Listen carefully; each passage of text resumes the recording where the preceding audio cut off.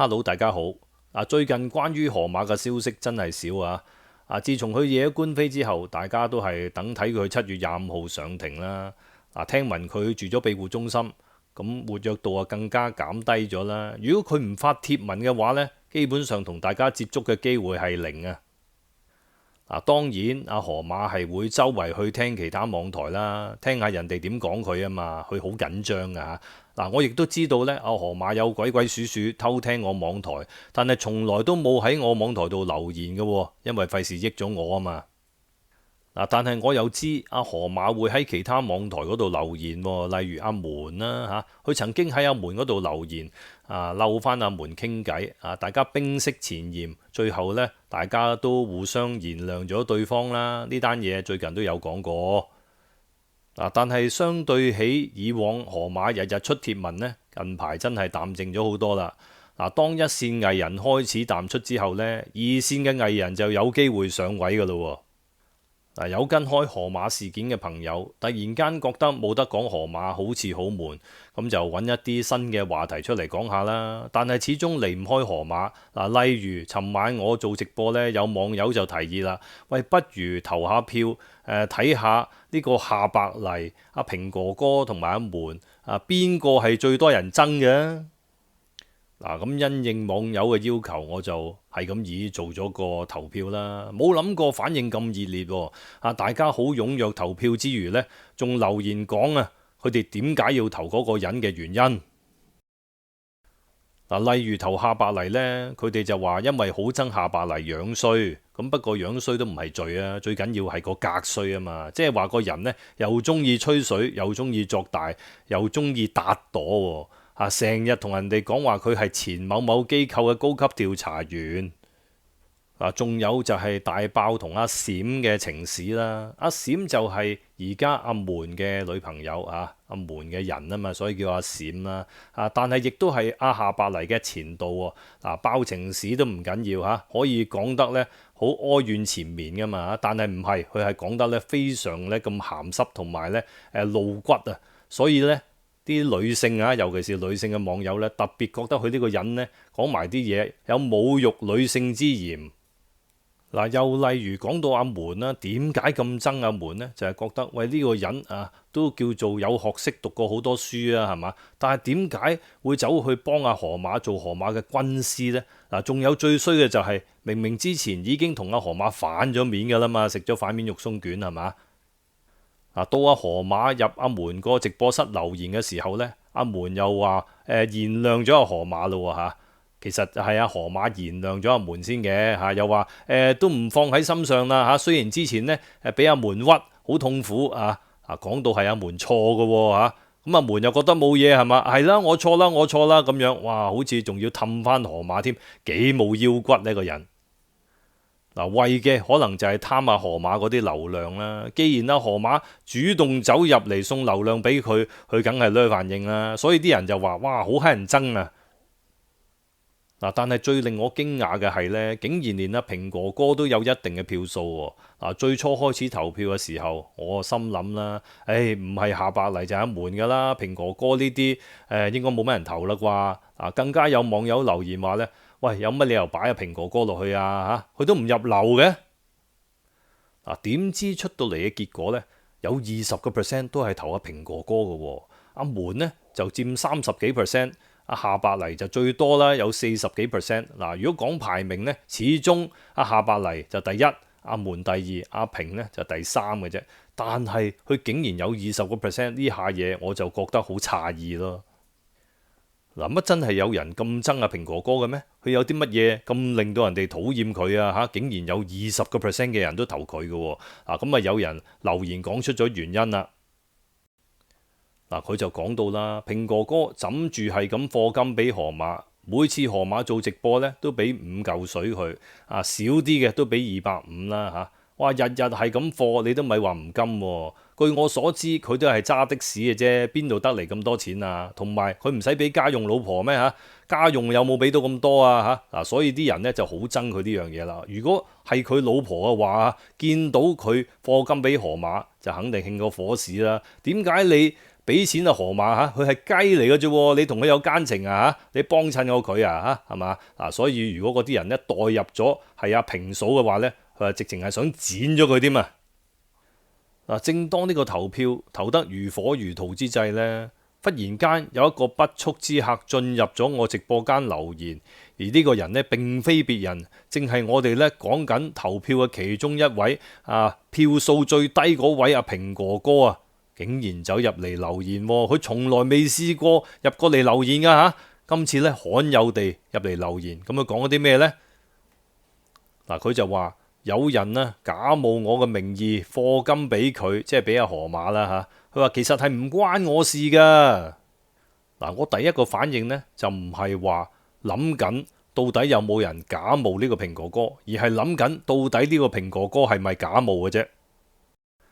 嗱，跟住冇幾耐。阿平哥哥又發咗第二度留言咯，佢就話我有些抗議我刪除咗嘅片段呢，就係上午嘅事情，但係噴殺蟲水呢，係下午嘅事情，請大家要分清楚好嗎？嗱，佢之所以有咁嘅留言呢，就係因為我之前同網友討論過，平哥哥呢個人呢，就好鬼鼠嘅，成日彈出彈入。每當阿河馬有事嘅時候呢，例如好似喺嗰次噴殺蟲水嘅事件上面啦嚇，一惹到官非，阿平哥哥就即刻喺佢自己嗰個頻道嗰度刪除晒所有嘅影片。之後就神隱咗啦，見過咗幾日冇乜風吹草動呢，又再走翻出嚟，又繼續喺河馬度留言啦嚇。你點知之後發生咗清順樓血案呢？佢又再神隱，連嗰條頻道咧都刪除埋。而呢一日咧喺我頻道留言嘅呢個 YT account 咧，就係喺2025年嘅6月7號先新登記嘅啫。嗱，咁問題就嚟啦，到底而家留言呢一個平哥哥嘅 account 係真平哥哥定係假平哥哥呢？佢有可能係假嘅，因為佢係新登記噶嘛嚇。咁以往嗰個係舊登記噶嘛，但係又有可能係真嘅喎，因為佢舊嗰個 account 就經已俾佢刪除咗，佢重新再登記一個新嘅，亦都唔出奇。但係經過我同埋網友嘅分析之後呢，發覺到呢一個係真平哥哥嘅 account，亦都唔出奇，因為呢個 account 呢嘅相片同埋舊嗰個 account 係一樣嘅。另外呢，佢嘅貼文所發言嘅嗰種咁嘅 style 咧，同埋佢之前喺阿河馬度留言嗰啲都係一樣嘅。最重要有一個唔合乎邏輯嘅問題就係點解有人要扮阿平哥哥呢？你話扮名人好似上次睇東張有人咧扮劉德華去呃錢就合理啫但係你要扮一個茄喱啡仲要唔係呃錢係要幫佢課金咁更加唔合情理啦。即係簡單啲講，我要扮都扮個出名啦嚇，扮個唔出名嘅有幾多個唔好扮啦嚇，扮下夏伯黎扮下門都好過扮平哥哥啦。平哥哥都冇人識嘅，你要扮一個冇人識嘅，跟住仲要幫佢課金俾人幫佢儲功德幫佢做善事完全講唔通嘅。所以而家阿平哥哥呢兩句留言呢，就可圈可點啦。首先第一句佢話有人係假冒佢嘅名義課金俾阿河馬，唔關佢事。佢嘅用意咧好明顯係想同阿河馬劃清界線啦，即係我冇課金俾佢㗎所以就話呢個人係假嘅扮我課金嘅啫。咁我就有個疑問啦，到底嗰個假平哥哥係由幾時開始扮你啊？由課金嗰一刻開始先扮啦，還是再早啲留言嗰陣已經扮啦，還是最開始已經扮你呢？咁你而家呢一個真平哥哥係咪從來未發過言啦？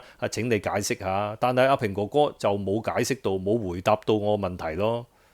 仲有就係佢第二句留言啦，懶係為自己申冤咁我有些抗議我刪除嗰啲片段係上午嘅事，但係呢下午呢，佢哋先至噴殺蟲水㗎。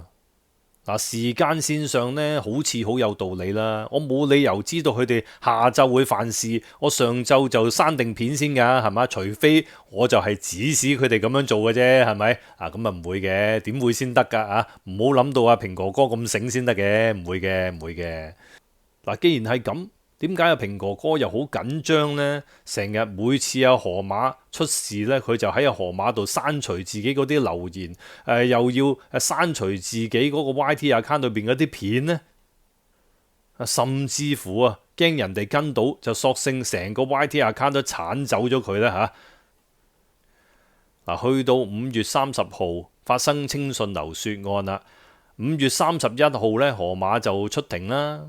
跟住到6月5號，條老嘢原定出庭又冇出到，但係之後嗰日6月6號咧，老嘢就出庭啦。好啦，咁事件中兩個人都出庭啦，亦都即係話佢哋冇大礙啦，係咪？喺呢個時候咧，平哥哥就放心啦。就喺6月7號，即係喺6月6號，阿鹹軒出咗庭之後肯定佢冇事啦即係仲健在啦，咁就安心咧開一個新嘅 YT account 啦。從種種跡象睇嚟咧，呢一個就真係似阿平哥哥嘅 account 啦。呢個應該係真平哥哥嚟因為咧佢嘅作風似足阿平哥哥，中意跳出跳入啊嘛，又驚青啊嘛，逢親有事發生咧，第一時間梗係神隱啦，刪除晒所有證據啦。到安全嘅時候啦，又重新開嗰個新嘅 account 走出嚟，又繼續抽水啦嘛，係咪？不過好老實講如果以阿平哥哥啲咁嘅性格呢，好難可以上到一線噶，因為冇嚟擔帶係嘛，你咁樣呢，永世都係做茄喱啡嘅咋。或者咁樣諗啦，都係估下啫。可能阿平哥哥真係牽涉喺呢件事之中啊！諗翻起嗰陣時，阿河馬上呢個保食肉食課程，成堂呢都好唔留心淨係顧住玩電話，淨係顧住呢聽信息send 信息咁樣。做乜搞到自己咁忙同邊個溝通緊咁緊張照計佢都冇乜朋友噶啦，來來去去都係嗰幾個，係咪？唔通溝通緊嗰個就係平哥哥商量緊啲大事，例如走佬咁去到呢個5月30號啦，阿河馬又好突然咁諗住拖喼走人諗住搭高鐵離開香港點解呢？唔通又係約咗平哥哥諗住同阿平哥哥私奔可能當日阿平哥哥呢，又係喺呢個高鐵站等緊河馬，拖住個喼食緊煙，哇好焦慮咁，食到成地都煙頭，望下個錶，點解河馬仲未到嘅？出咗咩事啊？點知原來就係發生咗稱順流血案嗰單嘢咯。哇之後嗱臨就鏟晒所有嘢啦，係嘛？因為好驚俾人哋跟到佢同呢單嘢有關咁其實表面上睇冇乜嘢嘅，你又冇犯到刑事，只不過係同阿河馬有奸情啫嘛，我估咁所以唔使驚嘅。不過我都係估下啫，如果我真係估中咗嘅話，咪即係我好彩撞中咗咯。咁啦，如果我真係估中嘅話，阿平哥哥你就唔好再入嚟留言啦亦都冇咩好講啦。但係如果我估錯咗嘅話呢，你就必須要入嚟留言解釋下咯。一係咁，如果我唔見你入嚟留言嘅話呢，咁我真係估中咗噶啦咁大家就知咩事啦。咁我就姑且觀察1-2日啦，睇下平哥哥會唔會入嚟留言啦。如果有最新嘅消息呢，一定話俾大家聽噶好啦，咁呢條片呢，今日又到此為止啦，下次再見，拜拜。